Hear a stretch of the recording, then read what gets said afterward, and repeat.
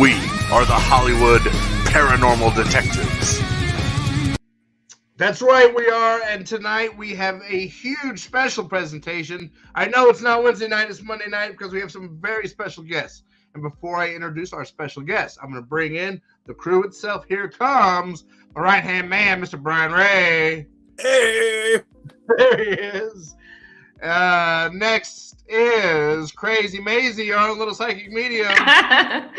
Sup? Did you know? Did you have a feeling I was going to say that? I just knew. And just like Beetlejuice, you got to say her name 3 times to make her appear. Emily, Emily, Emily. Oh my gosh! I made it. So classy. And tonight, HPD World, we have 2 very special guests. You will know them, Chris and Mike from the Tennessee Wraith Chasers. Whoop, whoop. Boom! Just drop that bomb on everybody. You guys, Ghost Asylum, Tennessee Wraith Chasers is your crew. Haunted Towns, Haunted Live. You're both dads, you know, which is very impressive to do all that and have kids. I've got kids. And you both absolutely, you got tickets to the gun show, which is very impressive. Welcome to HPD Live. Oh, thanks for having us. Thank you. And you guys you already know Emily, right? Yeah, we go back. We go back to Scarefest, 2015? Maybe something like that. It's been a long time. The episode Emily was on is the Rhoda story still scares me every time I think about it. Rhoda Derry. Maybe Yeah. it's Rhoda. Oh, Maybe it's Rhoda. that is like the worst thing I've ever heard happening to anyone. And then of course she would stay a spirit. Do you guys ever think about Rhoda? Do you ever think about Rhoda? I think about Rhoda all the time. I'm always scared of her. I think about Rona more so today. But you know, it does come up in conversation, especially when Emily and Gina get together. We talk about Peoria again, and yeah, that was just such a horrible story. What they did to that poor young lady. That was just the whole asylum. It was just a horrible story. So yeah. And Mike, were you with the team yet, or are you still behind the scenes? No, behind the scenes, and besides Exorcism Live, that was the first place I've been to that I went to, because that was the first location we filmed. So that place definitely stands out for me. Wow. I don't think I knew that. If Brian and Mandy don't know, I mean, they pretty much took a normal girl that was in love with someone, and her family put her in like a metal casket, and she tore her eyes out and chewed her fingers off and like couldn't walk and atrophied, and then they let her out and she crawled around the asylum until she died. And why wouldn't she become a spirit after that? Right? I think that don't make you become a spirit. I don't know what will. Well, let's get rolling. You have to come up with Daddy. If each of you guys could take me all the way back, you know, before your shows, before everything, what was the first paranormal experience that you can remember having? it's funny because like Mike and I sometimes talk about this before we do a Q&A. We're like, do you want to do mine and then I'll do yours?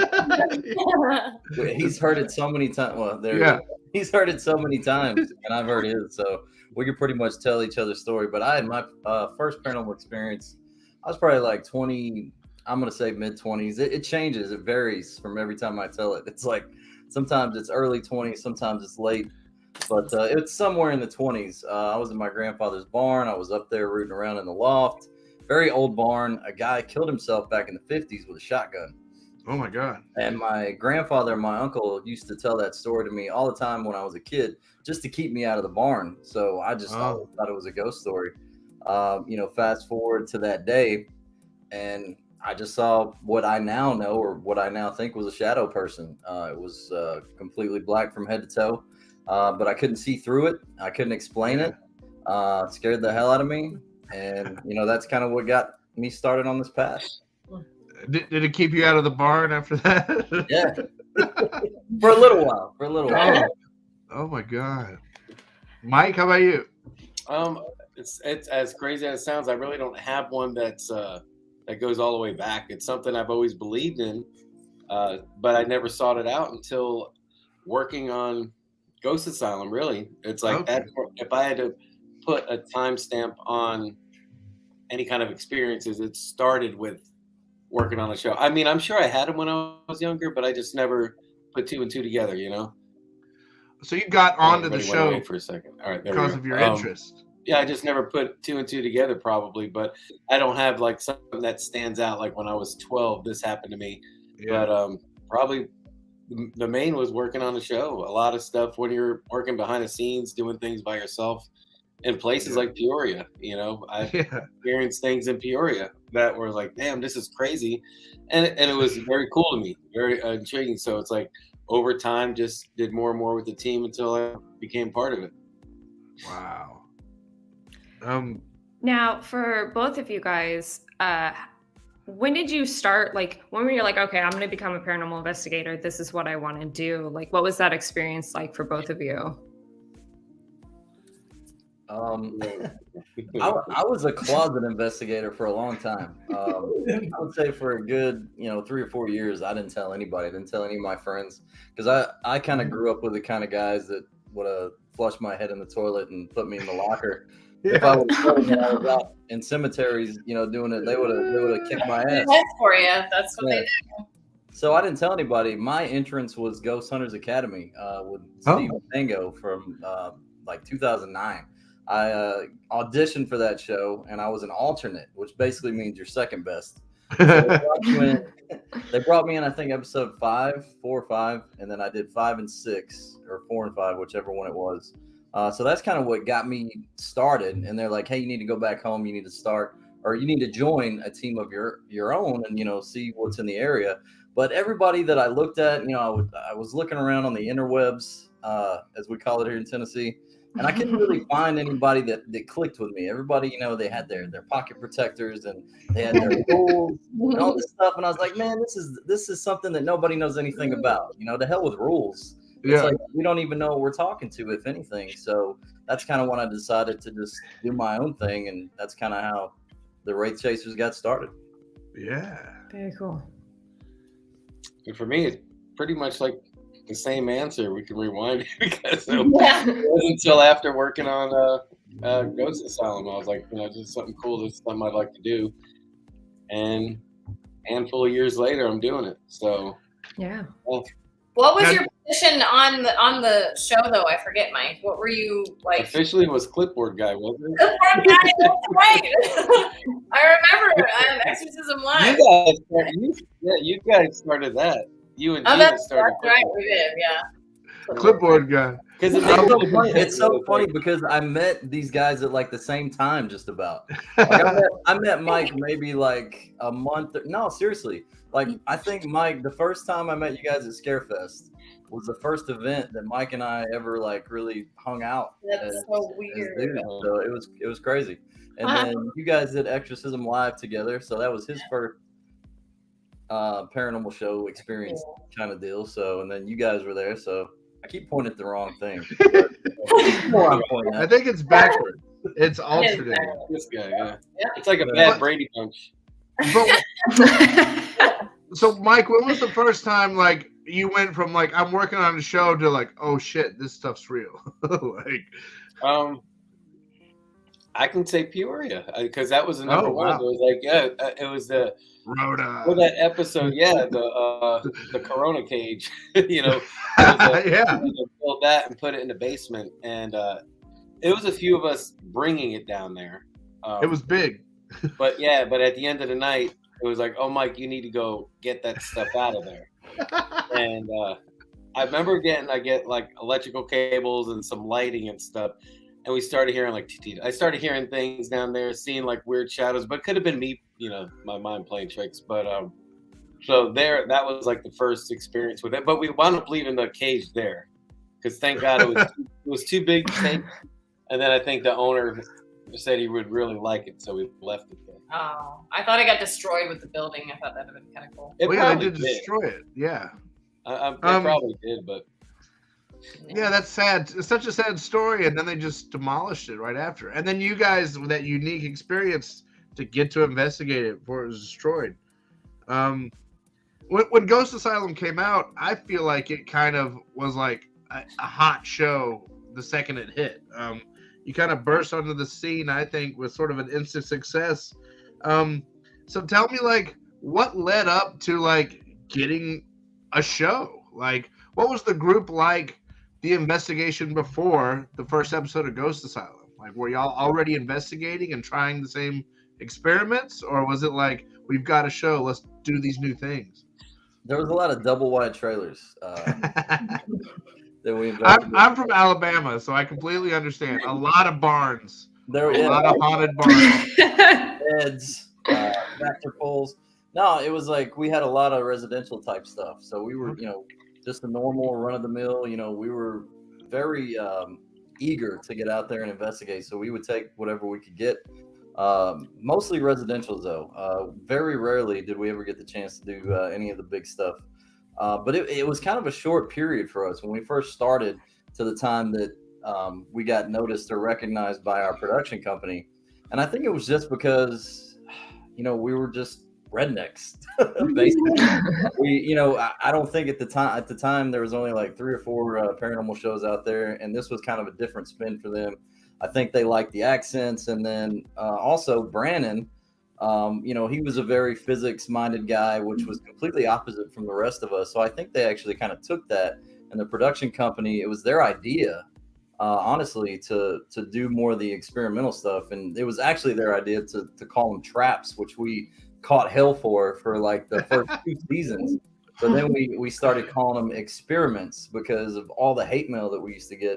It's like, I'm not, they are. It's like, we just have, like, it's their idea and they pay me. So I got to say, do you feel like I wanted to call them STDs, spirit transportation devices. Yeah. But they didn't like the STD, so we had to call them traps. Do you feel like you ever actually captured anything? I think we got close one time, and it was when we were at Old War Memorial Hospital. We were using some kind of, and hey, like, I'm the wrong guy to have on the show if you want to talk about all the technical stuff, but we had a capacitor and a solar panel, and it was in the dark, and I know that it charged that capacitor for a certain amount of time, but at some point it dissipated, between the time we left Kentucky to the time we got to Tennessee. So that's, I think, like the closest. Now, which one was like the most ridiculous that you think you guys were grasping at straws the most? I mean, they were all ridiculous. Most of them, especially season 1, but there was one where we were trying to trap something in a rock, and we actually made it to the Soup, where that guy makes fun of people's shows. Yeah. Oh, yeah. We thought it was amazing. We were so excited about it. So we made it to this guy's show. And that was the clip they use, is the rock. So that was definitely the most ridiculous thing. As we were shooting that scene at the end to see if there was a ghost in the rock, I'm just thinking, like, oh my God. I'm like, I'm sorry, Mom. I thought I would have grown up to be something better for you, but. Would you say that your investigation style has changed since Ghost Asylum? I wasn't on Ghost Asylum. You were on Ghost Asylum. You were behind the scenes, but you were on Ghost Asylum. Well, yeah, it changed. I know you're going to answer the same way I'm going to answer. Now, Mandy's a medium, so Mandy investigates more with her senses. So sort of like, what has changed for you, like, sense-wise? I would say for me, what I think... Oh, it's freezing up. We can still hear you. Yeah. Yeah. Okay. Well, whether since Ghost Asylum or not, it hasn't changed. But I've never watched paranormal TV, so I didn't grow up watching Ghost Hunters and Ghost Adventures. I've watched one. What is it? One of the new Ghost Hunters. I watched it one time. Never saw Ghost Brothers, so it's like I didn't learn or pick up from anybody. I kind of just did my own thing. So whether my own thing, I'm not saying it's different. Like, oh, Mike is so strange and different. I'm not saying that. I just don't know what everybody else does. Well, cool. But I never picked up on. If anything, I learned from TWC, from Side by Side with Chris and Brandon doing stuff like that. I never watched the shows. So if anything, I would say it's simplified more so. Okay. If I had my choice, like if we're just doing an investigation, and that's why I was like asking Mike, because we tour, so we do more of the one-on-one things with people who watch the show, and that's like all the bells and whistles, everything we can pull out to give them that experience. I think they like to see the things light up, and that type of communication. For myself, though, if you were to put me in a place and say, what do you need? I'll say, just give me a flashlight. I don't really need anything. I just want to go in there because I know that they're real. I've experienced them. Mm-hmm. So I don't need that recognition. I don't need that light. I don't need that sound. I just need to go in a room, and sometimes I wouldn't even say anything. I would just sit there and wait for them and just kind of feel out and see what happens. Yeah. So you feel like you've got your proof now. It's just about experiencing it. Sure. Yeah. Oh, wow.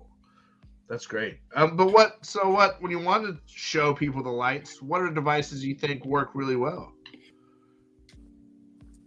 Actually, our brand new Wraith pods. I haven't seen those. RaithChasers.com. Okay. Yeah, it's like it's a REM pod, but it's our version of it. It lights up in the dark. It's square, kind of modified a little bit. Just more cosmetically, just modified for us, but it's basically a REM pod. Oh, cool. Nice. They just work better. Yeah. More affordable. They've got a little bit of you in all of them. Who is this saying hi? That's Gina. Oh, hey, Jana. Gina says hi. 3GD Gina says hi. It just says Gina there. It doesn't say 3GD. Well, 3GD Gina, just so you know. We're trying to get Emily to drop the 3GD and just be Emily. That's not gonna fucking happen. It should be HPD Emily one of these days. No, it's never gonna be HPD Emily. Oh, never be Never ours. be Fully split team, but I will always be 3GD Emily. Sorry. It's all right. It's all right. Oh, Even in my phone, whenever I see Emily, it still says Emily in the dark. When we first exchanged contacts, like back years ago, it's like Emily in the dark, and it still says "Damn Gina." and I guess people watching don't know, Emily's old group mate is she your wife, right, or a girlfriend, or Girlfriend. I don't know. Don't be throwing those words around. I don't know. You got to put a ring on it. Lock it up. Yeah. She ain't having it. She is freaking out right now. Mhm. She's like, Come what? on, goes on live YouTube. Do it. He Do just it. left the chat. Exit. Yeah, that's funny. Brian, do you have a question? Sure. Of all the locations you guys have been to, what would you say was the most haunted? Oh. Mike, you want to take that one? I usually take that one, but it's the same answer. So Yeah. I don't want to say it varies like I'm making it up, but sometimes different stories or different memories of different places hit you. What Chris is going to say, which I know his answer is, I'm going to say yes. That's like out of my top 3. I'll go with something different and go Old South Pittsburgh Hospital. Wow. Okay. I've been there a good handful of times, morning, noon, night, spent the night there. And every single time I was there, no matter what time of day, filming, not filming, actually investigating or not investigating, I've experienced something, seen something, heard it, felt it, whatever you want to. It's like there's something always there. So for me, but I've known people that just recently were there, just actually 2 weeks ago, and they said they had nothing. Huh. So it's, I mean, that's how it is with any place, though. You can be there for 10 nights in a row and have absolutely nothing, and then somebody can come for one night and get the most amazing experience. Yeah, that's what. Went to Old South Pittsburgh with you guys. You guys crashed our investigation. I know. I know. That's a big deal. You're like, But it was fun. no, We stole their thunder for sure. That wasn't like our initial intention. I don't think. no, but it was a good time. It was fun the way it played out. We had a lot of fun. Wow, I've never been there. That's have you guys gotta go? You guys gotta go. It's seriously, we're going back in August. Oh, It's gonna be good times. I can't wait to get back there. It's been 2 or 3 years since we've been there. So Yeah, 19. we're all on the West Coast right now. Have you guys come to the West Coast that much? Not a lot. We went to Preston. The closest will be while we were there filming. Yeah, that was Ghost of Salem. Well, the closest we're going to be there is what Arizona this year. Okay. It's not really close. We'll be at Vulture City Mine. Yeah. I like Come out to that. That's not too far for you guys, right? No, it's not too bad. I don't know. Are you going to the Vulture City Paracon, or y'all just going to investigate? Yeah, the con. The con. Yeah, I think we are going to that. We've never really done the conventions because they're usually not that close to California, but we're just now kind of thinking about popping into some. So I think we are going to go to Vulture City. You guys should. It'll be good times. All right. So here's another standard, Ghost Hunters question. What is the most scared you have ever been in any of these situations? Off camera, on camera, like most terrifying story you can tell us. For me, it's Craig Font Mansion is my number one most haunted, scariest place. I've only investigated twice, once, personally, and then the other time we filmed there, so that doesn't really count, even though it was still scary as hell. But I'm not like a feel kind of guy. I have no mediumship, no psychic powers whatsoever. But this place it was the way it made me feel when I walked in the door. This is a place, it was built in the late 1700s. The Native Americans and the Winchesters fought over the land. There was a lot of bloodshed. There's a lot of paranormal stories involved with the people who run the place. There's an old state trooper that he's the caretaker, still the caretaker to this day. He hated us as kids because we would always run up and look in the windows of this place. It's a museum now. People get married there. It's a beautiful building. Oh, wow. But they would have like full front, like bureaus moved from rooms out in the middle of the yard. They would have wires come down and like hang the caretakers on CCTV footage. They actually have. Oh shit! And I mean, it's a creepy place, and it's the only place I've ever been to where I walked in, because we usually try to do solos whenever we get the chance to investigate a place privately. And when we did, Mike actually got us in, and I lasted maybe 5 minutes. I started up the stairway, which is right as soon as you walk in, and there was just something that told me to get the hell out, and I did. And I'm kind of glad that I did. I don't know what would have happened if I would have seen something or heard something, but it was just this foreboding feeling of don't go up these stairs. So wow, that's my story. Jeez. So nothing actually happened. You just got that feeling of and I've seen full-bodied apparitions. I've seen like two. I've seen several shadows in my life. I've heard some really creepy EVPs and disembodied voices and knocks and all types of stuff since I've been doing this. But that place scares me the most, and it just the way it made me feel. I've been to Pinhurst by myself without a flashlight in the tunnels before. Yeah. My flashlight went dead. That wasn't as scary somehow. And it can't beat the 5 minutes just up that stairway in this place. Wow. Jeez. What about you, Mike? Long story short, it's not even paranormal. Me, Chris, and Brandon were filming. I don't know if this was in Kentucky or if it was Tennessee, but it was one of these places where we're doing this outdoor kind of thing, and we parked the car, walked like a mile through the woods. We're the only ones out there, lit a campfire. We're spending the night kind of thing, and we're the only ones out there. And then sometime in the middle of the night, we heard four-wheelers. It would sound like four-wheelers, and there's only one way up, and it was like a cliff off the other side. And we're like, what the hell's that? So we had a gun and stuff with us, but we're still running in the woods, hiding behind, we're these toothless rednecks trying to come up and banjo us, or we're gonna have to jump off the other side of the cliff. And we're, you know what I'm saying? We all got a pretty mouth. They're gonna put us in the canoe and banjo us. We're hiding behind trees and stuff, and then finally you heard them go away because there's nowhere to go. And once we heard the four-wheelers, it's a long, drawn-out story. It's funny. We actually we don't have that one on film. That's when we actually we're idiots. We were filming ourselves and we cut it for that part. Wow. Cut it when it got real.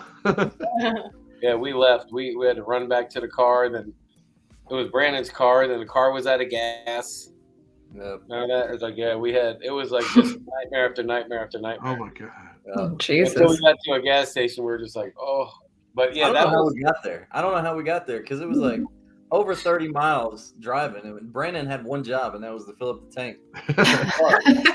And we're out in the woods, man. We're out in Deliverance country, and it just started blinking.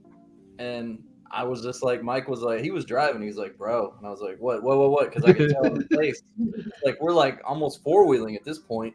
He's like, we're almost out of gas. And, it started blinking that low fuel, which means you have about, maybe 20, 30 miles before you're done. And I know we had gone that far.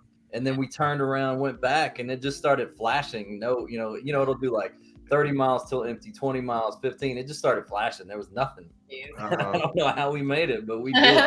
It was scary because it's like, to me, that shows too. It's like sometimes the living are more scary than the dead.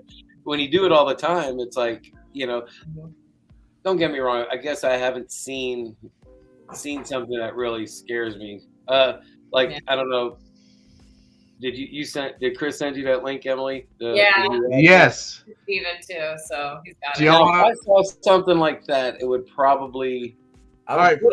For the guys that haven't watched, this is what he's talking about. We're gonna watch it together, and then we'll talk about it.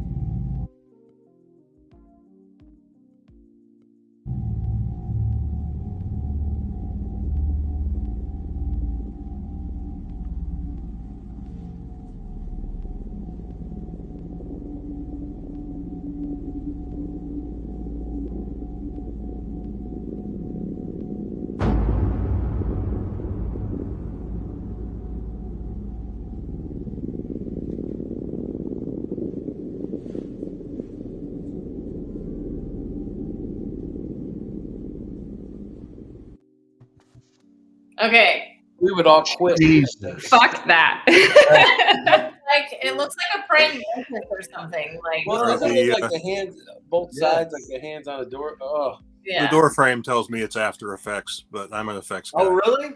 Oh, thank God. The secret to the After Effects videos is you're going to find 9 times out of 10 there's a vertical line that things are happening. I was thinking about a really that. easy thing, really It's easy not wrong. to count things in. I was thinking about that, but then there's a point when like it climbs up the wall and then it's hanging there, and then there's like another little thing. It's like a little mist or something that pops out, and I'm like, I don't know, man, because I've seen a lot of these videos because I love that channel, Nuke's Top 5. I've been I watch them all too, but I personally find most of them to be very most of them. Yeah, like Gina and I were watching. We watched like 8 of those things today, and most of them were like, "Get the hell out of here!" We're like, "What?" Because some of them are so like overtly faked. Yeah, like that one, like for whatever reason, I'm watching. No, it's definitely creepy and it's well done, but to me, it feels visual effectsy. That's just like on a doorway, behind a tree or a doorway. That's when it's easy to just like kind of put something in it. Yeah, and then because you can even add the little cameras in and out and moves and things really easily, and it just makes it just that to me kind of really feels like an effects video. But again, it's my personal opinion. Oh yeah, I'll go with that. It probably is. But if you imagine seeing that, like if you're spending the night at a place, it would scare the piss out of me. Nah, bro, I would be gone. I would quit. I would never sleep again. I saw a full-on shadow figure at a friend's house when I was a teenager in broad daylight, and I had no idea what to make of it. Well, people ask us a lot, like another $1 million question. What's something that ever scared you? The most scariest thing scared you sent you running? Nothing ever sent us running. Yeah. But that would, if it was anything remotely close to that. Yeah. And he'd be dropping turds the whole way out the door. I think people think we are gonna see Ghostbusters when we go ghost hunting. Like we're gonna see a glowing giant thing screaming at us, flying. And that's not what happened. Unfortunately, I wish. Okay, when I was at the Washoe Club, I saw the creeper, and I saw it crawl from the ground up to the ceiling and disappear. And Whoa. so I think those things do exist. Wow. Can I see the video? I don't have video, Brian. That's why you're on the team now, Mandy. We're gonna film it. Damn it. But in that moment, it's like, I don't know. You just kind of freeze, because you're just what the fuck did I just see? Yeah. It's like we tell people in the Q&A, people that come to our ghost hunts and they pay, good money to come and hang out with us and investigate. We tell them that. We're like, we have all the equipment here. Sometimes it can be explained. Sometimes it can't. Sometimes they'll be having a good experience, and we don't try to, damper their parade. We kind of let it flow. I mean, if it's blatantly, if it can be explained, we'll be like, okay, that's this or that's that. And we try to, inform them, that kind of thing. But we always tell them too, it's all about personal experience. For me anyway, I don't care about filming anything and showing it to anybody. I don't care about getting anything on audio. I don't have anything to prove to anybody else. For me, it's like proving it to myself. So that's why we tell everybody, if you come out of here with a personal experience, that's much more valuable to yourself, I think, than some type of evidence that you have recorded or something you can show somebody else and say, look what I got, type of deal. Right. Oh yeah, for sure. That's a good way to put it. That's one of my jokes, is none of us are ever as good as a genuine eyewitness.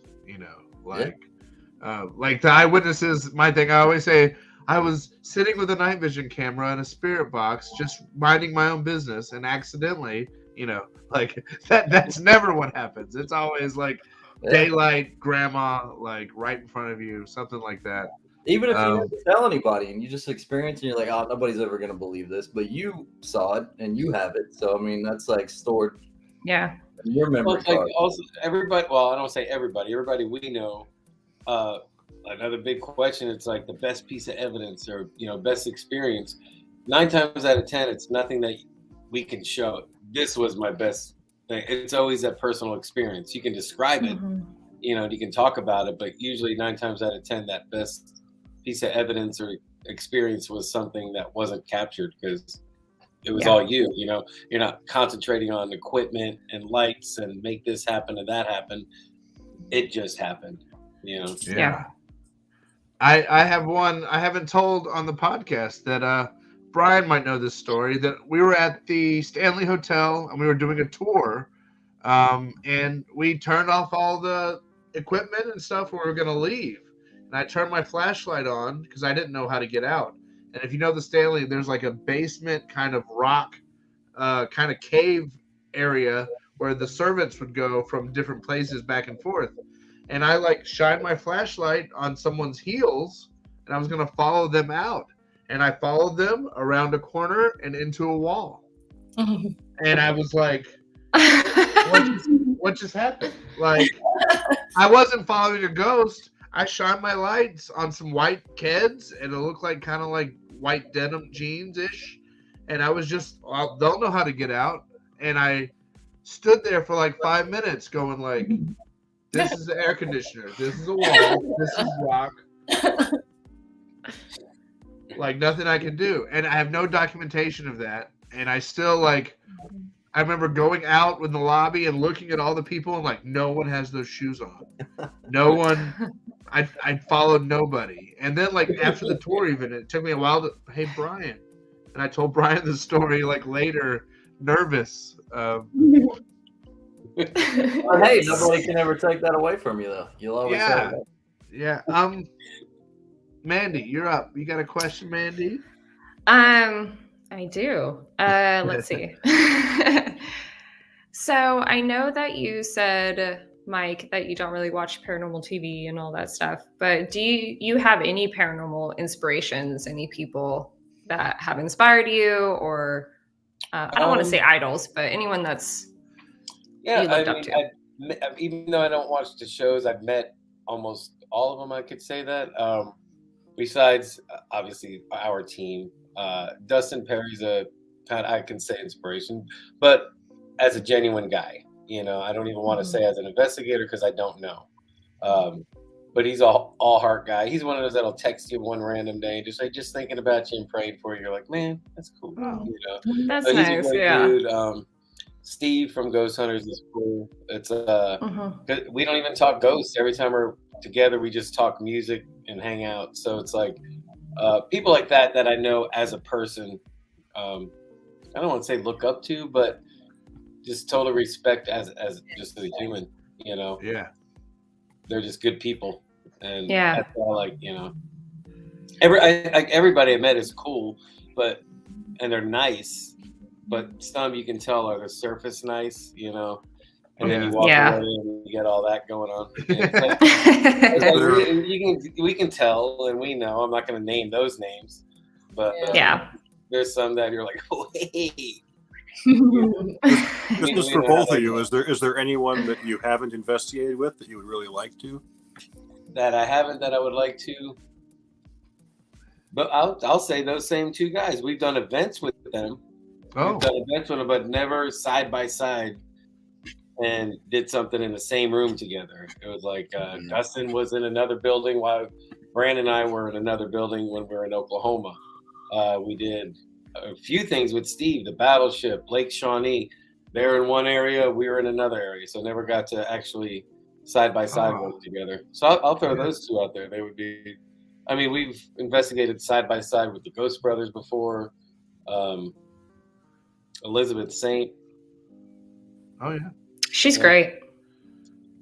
She's smart too. I mean, it's like she's so smart. Very, I don't know. She's very scientific. I didn't know she was as like scientific. Brandon is, you know, she's very like, wow. Yeah. Like, I mean, and that's what most like people... ghosts are real. You know, she's not like that at all. She's a very smart chick. No, and it's like most people, like when they meet us and they have all these scientific questions and all these things, it's like, you need to go talk to Steve or you need to go talk to Elizabeth, or because it's like, because we'll investigate with them and we'll just be like, well,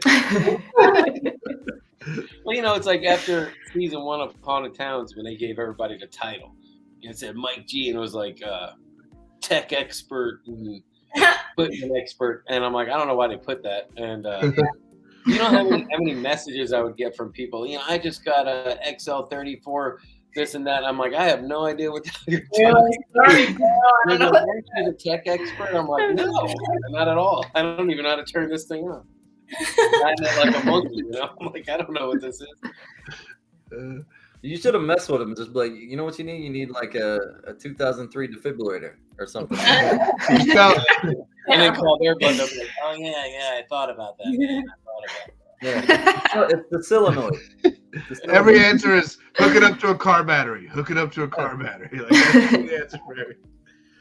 Chris, how about you? Who are your investigating inspirations, maybe, or people you like their technique?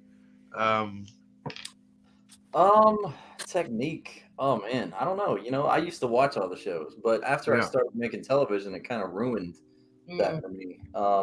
I can't explain how or why. It just kind of, the production process, although fun, it's also, if you've ever been on a production, you know, it's not the same thing as a real ghost hunt. So all the people that I might have admired watching, it's like, was that for real? Yeah. You know, kind of thing. Because, I mean, it's always real for you, but there's a lot of contamination. There's a lot of other factors going on. But I know I would have always loved to investigate with the Warrens just because of all the things that they did back in the day. I mean, good Lord, you know, Amityville and the Conjuring House and all the different things. You know, I would love to just not necessarily investigate with them, but just pick their brain, sit down and have a conversation. Get out sort of the spirit box. Yeah, the spirit box. Talk to them. I liked how the Warrens approached things. It wasn't a joke, and it was so serious, almost like, you know, college professors visiting something to gather information to teach a class. Like, they were so smart. What's next? What do you guys think the future of the paranormal community is? Like, there's a lot of ghost tours. There's a lot of these paracons. It's kind of getting big. What's next? You think, you know, ghost hunting amusement parks? Do you think it's going to be more shows, less shows? Is it going to peak, or where do you think it's going? That's hard. It's definitely in just my short time with it, it's become more and more mainstream, which is great. I mean, I would think it's gonna be around at some level forever because there's no end to it. It's not like there's zero facts, there's no experts, so there's a continual chase for it. So I think it's always going to be around, and it's one of the few things. It's like going to almost like going to a concert. When you go to these events, you get people from we've had 8, 9 at our events, and we've had up to almost 90 at our events. And you have men, women, a truck driver, a doctor, and it's like all walks of life do this, so it appeals to such a, it's not just like going to a metal show or going to watch a cartoon. Kids are going to go watch that. It's like there's so many people that dig this, that are into it. So I mean, the field is huge, and like Chris said earlier on, there's, I'm sure, a lot of closet investigators, but they're the ones watching the shows, and then at some point they come out and want to experience it. But it's like such a variety of people that come out to these things that so it appeals to the masses for sure. So I think it's going to be around for a while. And there's so many closet investigators that thankfully we've gotten a hold of first. Not saying that we do it better, but we like to have fun with it. We take a more lighthearted approach, and we kind of let people have fun with it and do what they want with it. And we tell them our experiences, and we tell them, like Mike said, there's no experts.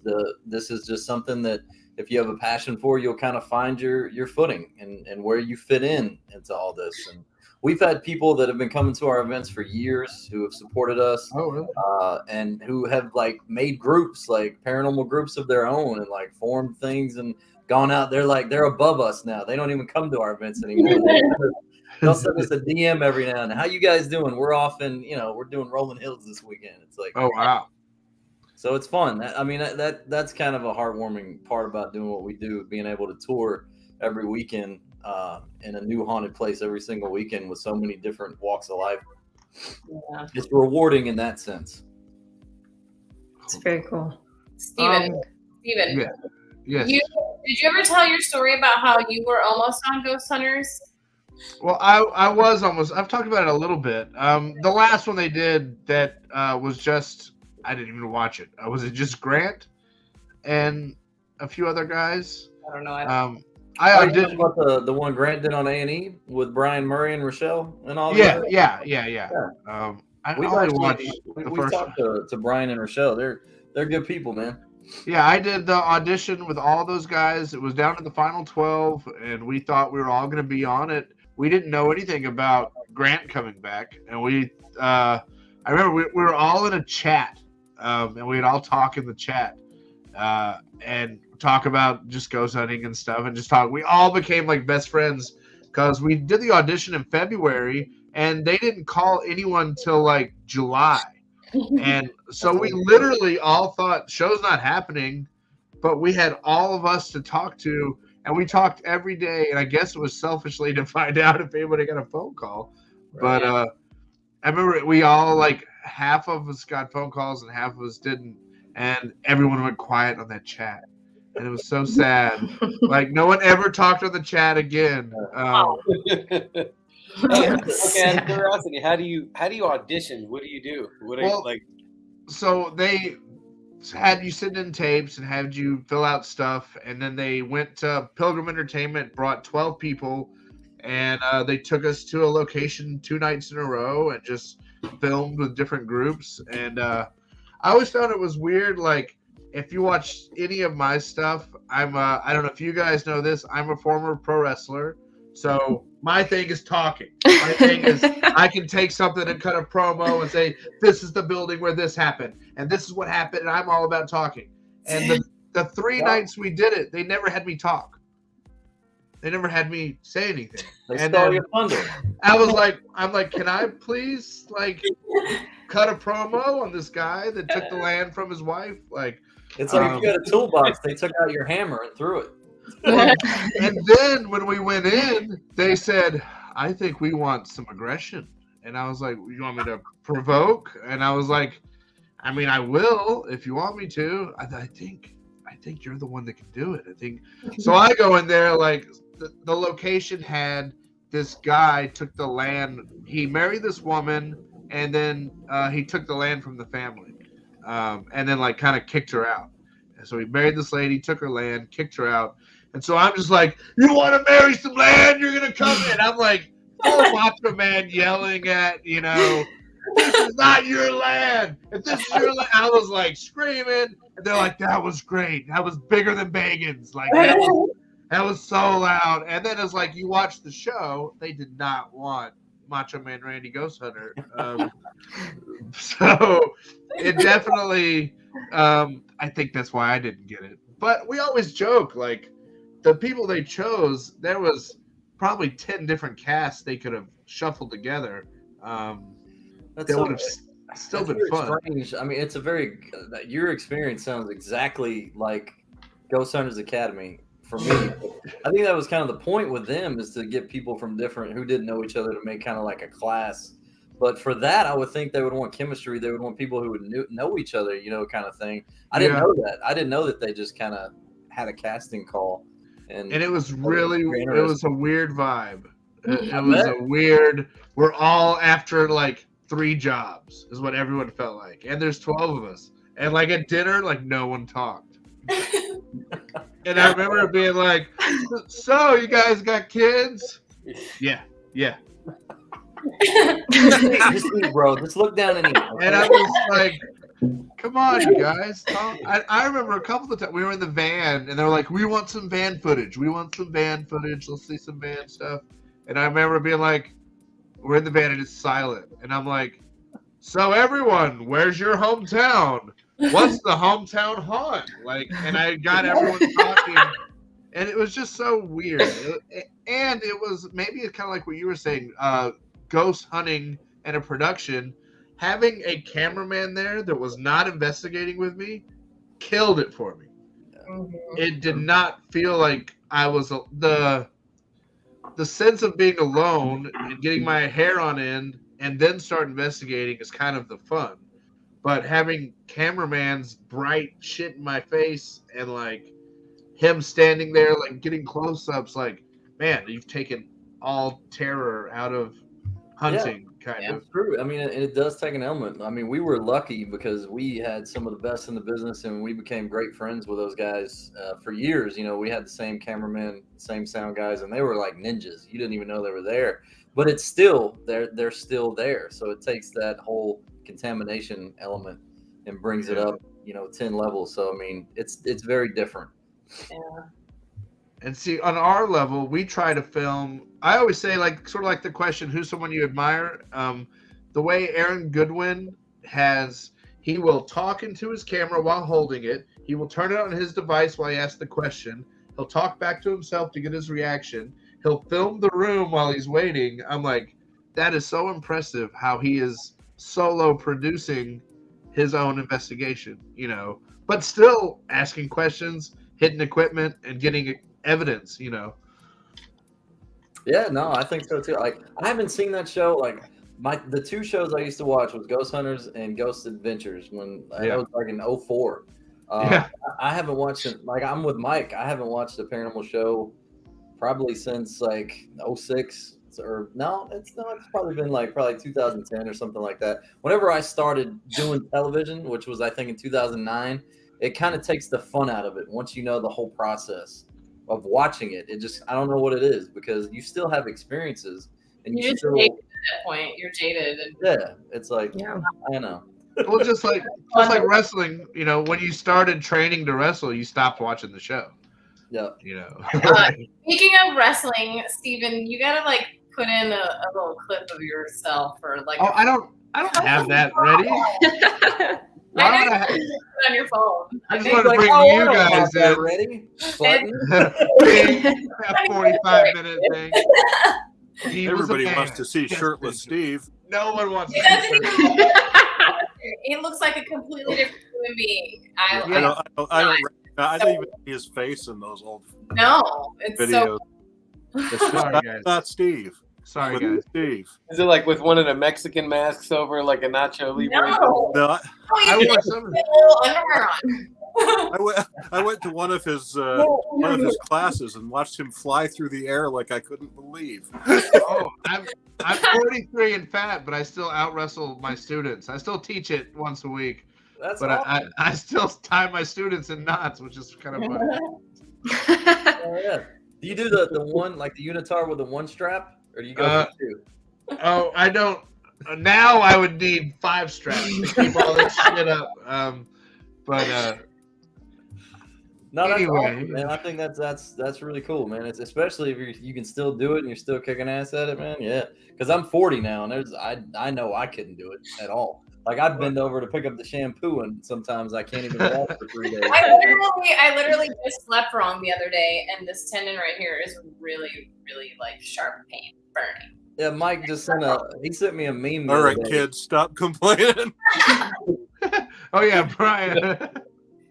Mike sent me a meme the other day, and it was Johnny Cash. And what? How did it go? It was like you rolled over wrong or something in bed. Yeah, and I hurt myself. And then it's got that Johnny Cash where I hurt myself, and it's like I hurt myself. That's amazing. That's how I feel. Sucks getting old. Well, I mean, I'm from Alabama, so I've journeyed up the East Coast and then made my way to California. So I did a lot of adventuring. And all through the East Coast, I found haunted locations, sort of like you said, like a closet ghost hunter. So when I would wrestle, I would go to every hotel they booked me at. I would go to the lobby and I would say, "What's the room no one wants?" And I mean, the Holiday Inn in Louisville, has a room, and the whole staff will go, "Oh, give him 105." Like every hotel has one room. Backs up. But every hotel has one room that has a bad feeling, which I think is kind of cool. Yeah, absolutely. And my closet wrestling was staying in the haunted rooms and sometimes not telling my travel partner that I asked for the haunted room or something like that. Where are we at? What does the future hold for you guys? Are you more shows, new shows? Going overseas, coming West Coast. What's the future for you guys? Overseas next Wednesday. Oh yeah, like 2 days. Yeah. Sponsored by Paraflix, I believe. Yes. Yeah. So that's a first. I mean, I've been overseas before, but this is a first for this. First time I've ever been in UK, all of us. So it'll be nice experience. Unfortunately, I think we're just going to really be hotel location or airport location airport. I don't think we're going to. Brandon's staying a couple extra days, but we're not. Tell me a little more about that event. And where is it? And Bosworth Hall in Nuneaton. I don't know how you would pronounce it. I thought it was Mandy Maisie. How do you say that? Stop. Like I fucking know. You should know this. Come on, girl. What's happened?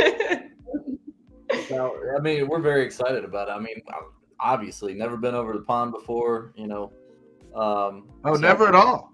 No, never. For me, no, I've never been out of the country except on a cruise, a Norwegian cruise ship. One time, I jumped over and swam in the ocean in the Bahamas for a little while one day. Other than that, I've never been anywhere out of the country. So very, very excited. Oh, wow. Well, other than that, what do you guys got coming up? What can we look forward to? We got a few projects in the works. Nothing for sure right now on the TV front. We're kind of sitting back. We're waiting on a few opportunities to see if they pan out or not. Plus, you kind of got to be picky and choosy these days when it comes to those things because there's so many. And there's so many people doing so many different things. And, you think you have a great idea, and then you're like, oh, why don't we do this? And they're like, oh, well, we're actually already in production with the Ghost Brothers on that. So it's like you got to be picky and choosy on what you want to do. But we got a few things in the works. We got our Wraith Tour 2022. We're booked every single weekend. If it's not a holiday, we're somewhere hunting some ghosts all over the country. So hell yeah, wraithchasers.com, hit that event link and come out and join us because we like to have a good time. What about the West Coast? Yes. Arizona. I mean, the West Coast. It's more the Midwest. Why are you guys not coming here? I'm confused. I don't know, because nobody invites us. I don't know. If we find a location, we'll make it come out. We got a few pretty good ones out here that are pretty prominent. Even just going down to the big hotels downtown, they're all have great stories. What was the Biltmore? That's what we should do. Roosevelt, the Cecil. We need to go to the Cecil. We need to get in there. Mhm. The Cecil is like Fort Knox of ghost hunting. Well, we've been in there. That's how it happens. Is that where they did that documentary? Yeah, On the Netflix? one on Netflix. Yeah, Yeah, no, I watched that. That's creepy. I mean, All right, what does he think about it? What is it all bullshit? Brian. I'm still very intrigued by the Elisa Lam stuff, Yes, that's and that I still think that something unusual happened. But there's also, Richard Ramirez lived there for a while, the Night Stalker. It's just, it's definitely a dark energy place. Yeah.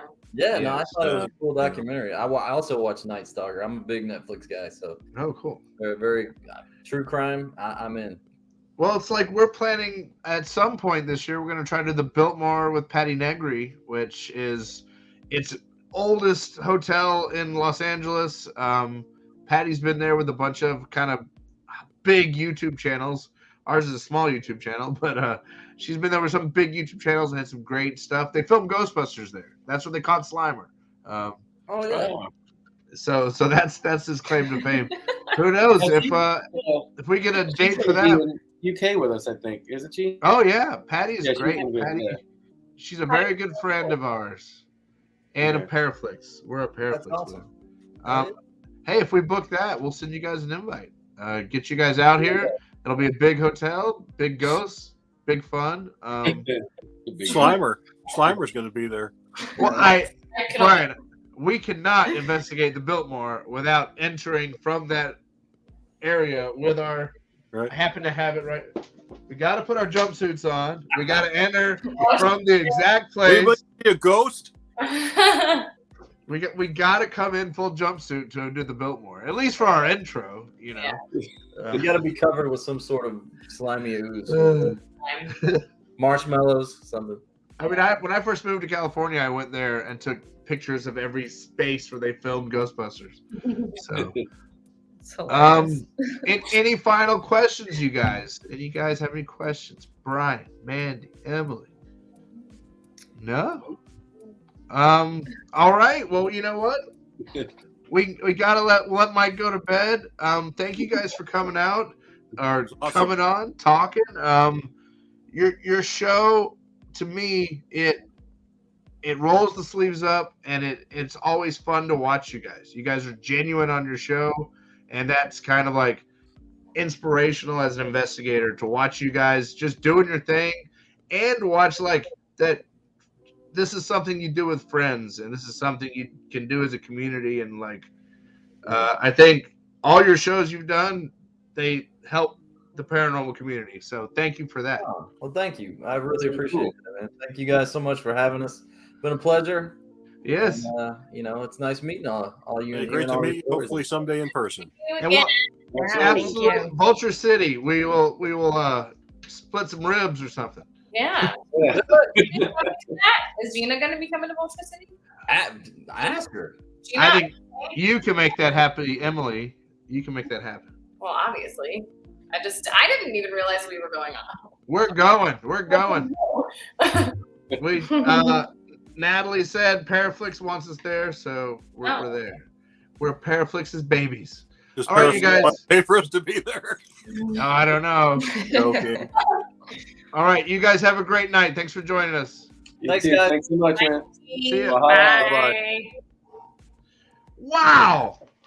Unbelievable. Great. That was the greatest moment of my live television career. Have you been on a live podcast before?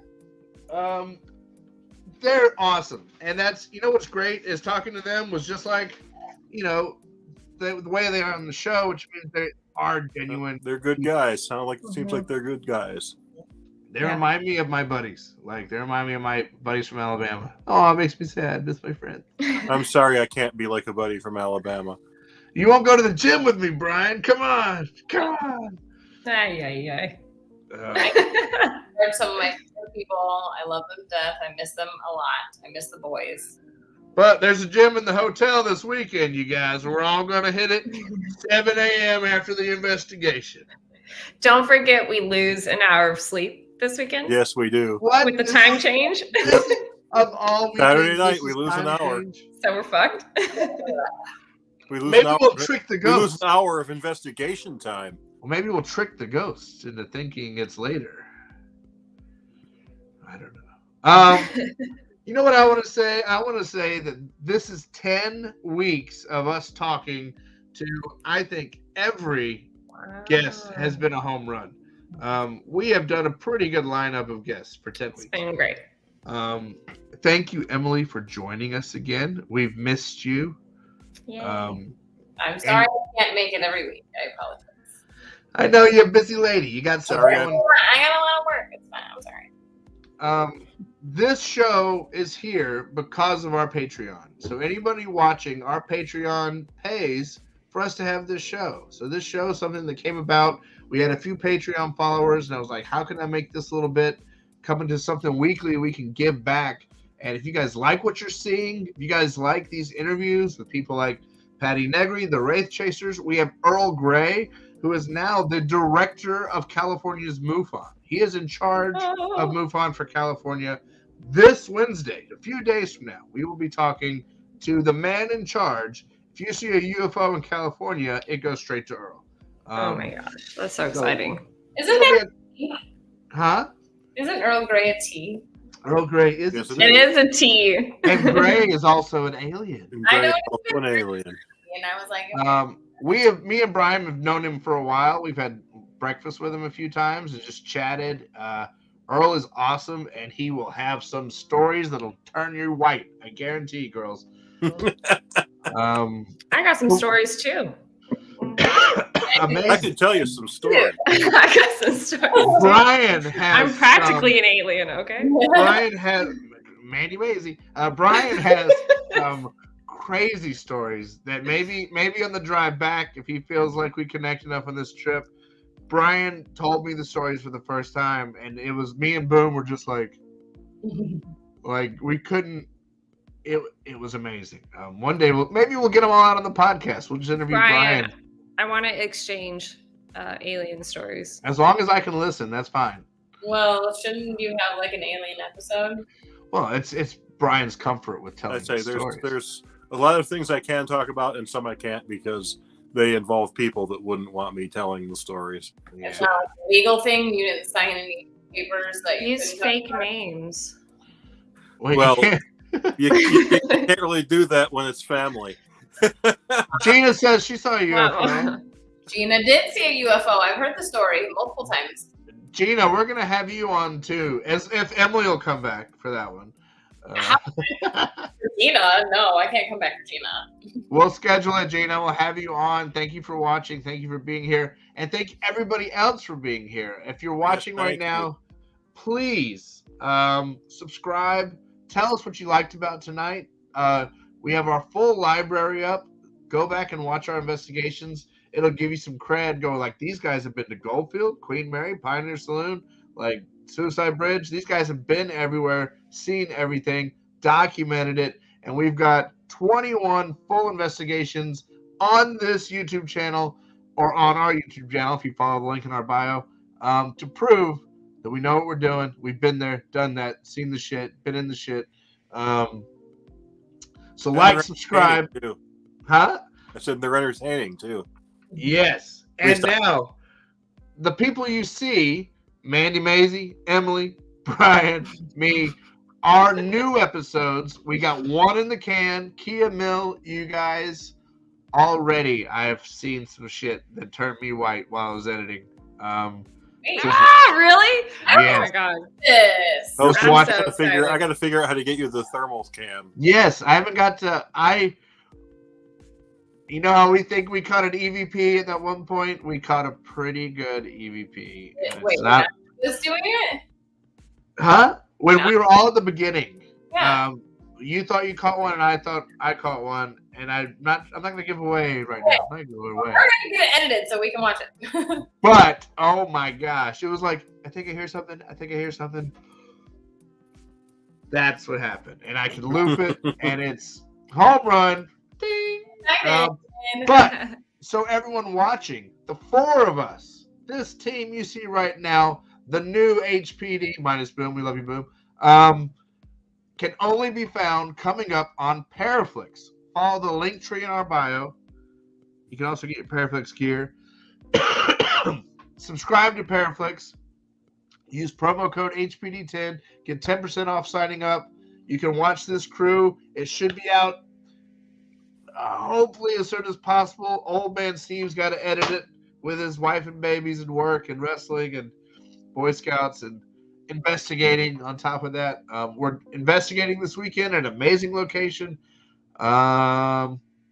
Link tree in our bio. Get our shirts like this one right here, the HPD We Believe series. We have We Believe Ghosts. We believe Bigfoot. More we believe to come. If some of these sell, we're going to believe in gnomes, believe in elves, believe in werewolves, believe in vampires. Just sort of. If there's a steady paycheck in it, I'll believe anything you say. That is right. Final thoughts, anybody? Right. We're going to point at Brian. No final thoughts. Final thoughts. Instead of more. Final thoughts, Brian? My final thought is we're past the hour mark and I got to go. All right. Mandy Maisie, final thought? Nope. All right. Solid. Final 3G. thought. HPD Emily, and final thoughts? Sorry I won't be there this weekend. I love you guys, and please see Ghosts for me. You're not coming this weekend? I told you about it already. You said you might not come this weekend and you hadn't heard. Not happening. Wait, what? Well, with that note, we're going to end the broadcast and talk. Thanks, everybody. Hope you enjoyed Anthony Wraith Chasers.